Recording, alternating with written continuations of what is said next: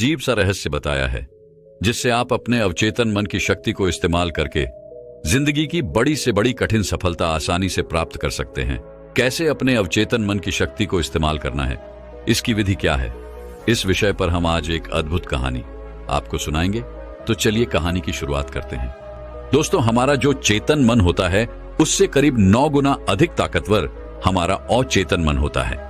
अगर 1 गुना ताकत हमारे चेतन मन के पास है तो इसका अर्थ यह हुआ कि उससे 9 गुना अधिक ताकत हमारे अवचेतन मन के पास है, क्योंकि अवचेतन मन ही हमारे पूरे शरीर को नियंत्रित करता है।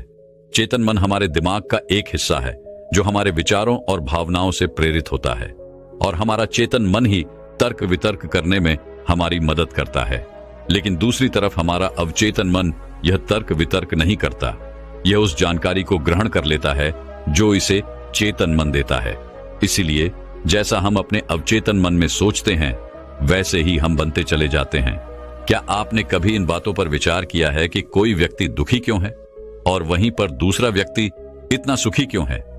एक व्यक्ति सुख और समृद्धि से भरा हुआ है, वहीं पर दूसरा व्यक्ति इतना गरीब और दुखी क्यों है? एक व्यक्ति भयभीत और डरा हुआ है, जबकि दूसरा व्यक्ति आस्था और विश्वास से भरा हुआ है। एक व्यक्ति बड़े से महलों में रहता है, वहीं पर दूसरा व्यक्ति गरीब और टूटी फूटी झोपड़ी में रहता है। कोई बहुत सफल है तो कोई असफल। कोई व्यक्ति कुछ ही मेहनत करके सफलता प्राप्त कर लेता है और वहीं पर कोई दूसरा व्यक्ति जीवन भर मेहनत करने के बाद भी असफल ही रह जाता है। तो आखिर इन सब चीजों का कारण क्या है? क्या आपने कभी इन पर विचार करने की कोशिश की है? हमारे जीवन में जो भी अच्छा है वह हमारे अचेतन मन पर निर्भर करता है। अर्थात यदि आप अपने अचेतन मन में यह बात डालेंगे, मेरे साथ जो कुछ भी होगा वह अच्छा होगा, मेरे साथ जो कुछ भी हो रहा है वह अच्छा हो रहा है और मैं एक दिन कामयाब जरूर बनूंगा, तो आप अवश्य ही अपने जीवन में कामयाब बन जाएंगे। वहीं पर यदि आप अपने अवचेतन मन में बुरी बुरी बातें डालेंगे, अर्थात नकारात्मक बातें कहेंगे, तो आपके जीवन में केवल नकारात्मकता ही भर जाएगी और आपके साथ कुछ भी अच्छा नहीं होगा।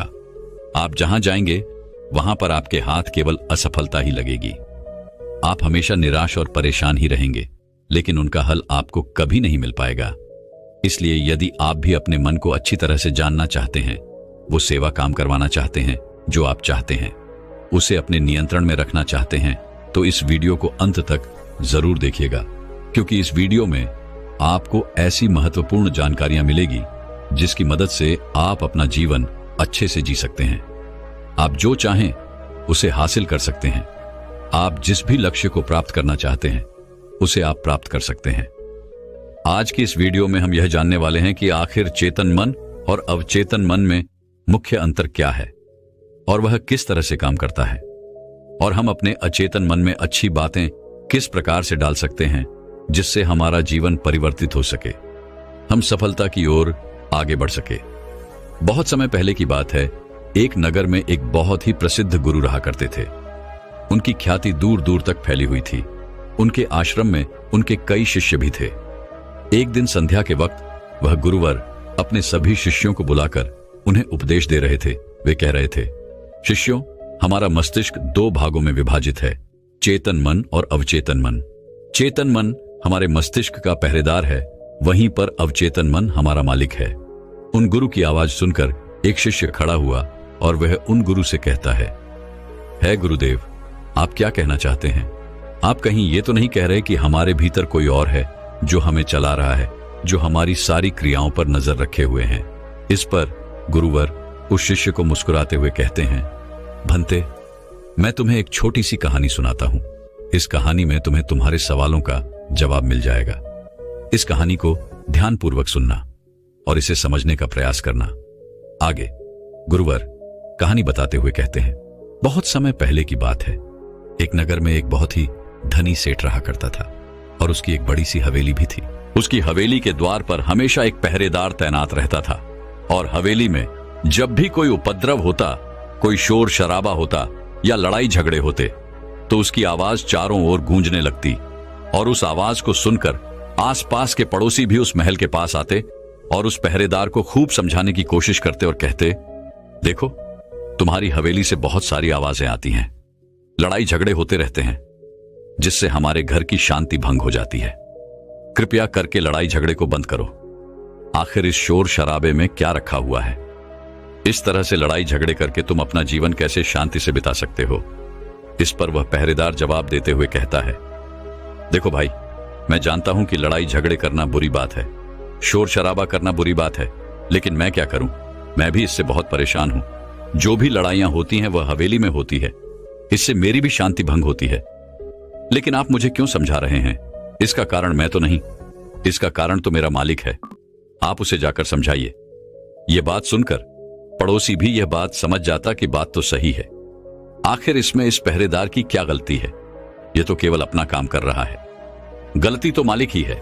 वह उपद्रव करता है, वह शोर शराबे करता है, वह लड़ाई झगड़े करता है, और जब भी उसे यह सब करने का मन होता है तो वह हवेली के बाहर आता है और उपद्रव करके वह वापस हवेली में जाकर बैठ जाता है। और जिन लोगों को भी उस हवेली के मालिक से तकलीफ होती, जिनकी भी शांति भंग होती, वे सभी आकर उस पहरेदार को ही समझाने का प्रयास करते। वह उसे खूब समझाते, लेकिन क्या इससे यह समस्या सुलझेगी? इस प्रश्न के साथ गुरुवर अपने शिष्य से कहते हैं, तुम ही बताओ इसका क्या समाधान है?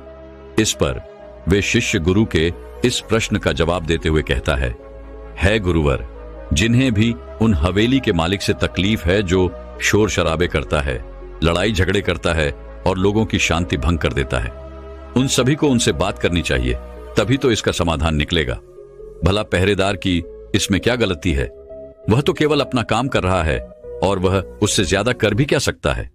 उसके हाथों में तो और कुछ भी नहीं। इस पर वह गुरुवर मुस्कुराते हुए अपने उस शिष्य से कहते हैं, भंते, ठीक इसी तरह से हमारा मन भी होता है। हमारा चेतन मन मनुष्य का पहरेदार होता है, और पहरेदार को यह अच्छी तरह से पता है कि क्रोध करना बुरी बात है, बुरे शब्दों का इस्तेमाल करना बुरी बात है, अश्लील ख्यालों में खोए रहना बुरी बात है। अर्थात हमारे चेतन मन को यह बात बहुत अच्छी तरह से पता है कि गुस्सा करना, आलस करना, काम वासना जैसे विचार गलत है। ये सभी विकार हमारे भीतर नकारात्मक विचार उत्पन्न करते हैं, जिससे हमारा विनाश होता है। लेकिन वह कर भी क्या सकता है? वह चीज उसके हाथों में है ही नहीं, क्योंकि वह चीज वह कर ही नहीं रहा। ये तो वह अंदर बैठा मालिक कर रहा है, अर्थात हमारा अवचेतन मन, जो हमसे कोई भी कार्य बहुत ही आसानी से करवा लेता है।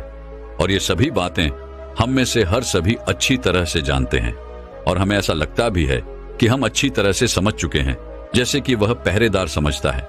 लेकिन वास्तविकता में तो इससे हमारे जीवन पर कोई भी बुनियादी फर्क नहीं पड़ता। आगे वह गुरु उस शिष्य से कहते हैं, भंते, तुमने भी अपने आप को कई बार यह समझाने की कोशिश की होगी कि मुझे सुबह सही समय पर उठना है, आश्रम की साफ सफाई करनी है, भिक्षा मांगने जाना है, और रात को आने के बाद मुझे ध्यान भी करना है।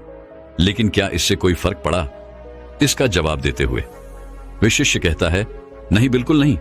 मैंने कई बार अपने आप को समझाया है कि मुझे इस समय पर यह काम करना है, मुझे अपना समय व्यर्थ नहीं करना, मुझे अपने समय का इस्तेमाल करना है और मुझे आगे बढ़ना है। लेकिन मैं चाहकर भी उन सभी कार्यों को समय पर नहीं कर पाता। इस पर वह गुरुवर अपने उस शिष्य से कहते हैं, भंते, जब भी हम अपने आप को कुछ समझाने का प्रयास करते हैं तो हमें ऐसा लगता है कि अब हम समझ चुके हैं और अब हमसे कोई गलती नहीं होने वाली, और हम सोचते हैं कि अब हमारा जीवन बदल जाएगा, हम जो भी करेंगे अब वो सही होगा, अब तो हम जीवन में सफलता प्राप्त कर ही लेंगे। लेकिन दूसरे ही पल हम ये पाते हैं कि हमारे जीवन में कोई बुनियादी बदलाव आया ही नहीं, और ऐसा केवल हमारी नासमझी के कारण होता है। हम अपनी नासमझी के कारण अवचेतन मन की जगह पर अपने चेतन मन को समझाने का प्रयास करते हैं, अर्थात मालिक को छोड़कर हम पहरेदार से बात करते रहते हैं और उसे समझाने की कोशिश करते हैं। लेकिन तुम यह भूल जाते हो कि आखिर वह पहरेदार कर भी क्या सकता है? वह सब उसके हाथों में है ही नहीं।